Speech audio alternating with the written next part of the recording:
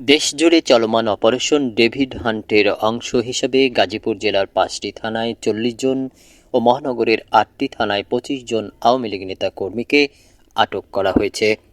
রাতভর অভিযান চালিয়ে গাজীপুর জেলা ও মহানগর পুলিশ তাদের আটক করে।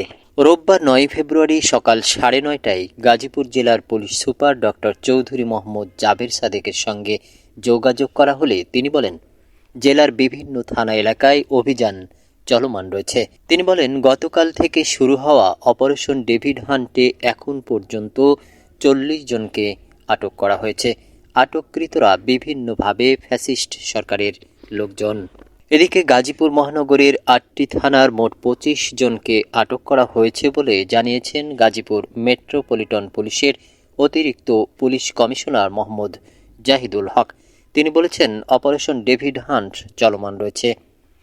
গাজীপুর মেট্রোপলিটন পুলিশ, বাংলাদেশ সেনাবাহিনী, র্যাব সহ অন্যান্য আইন শৃঙ্খলা রক্ষাকারী বাহিনী রাতভর অপারেশন ডেভিড হান্ট পরিচালনা করেছে।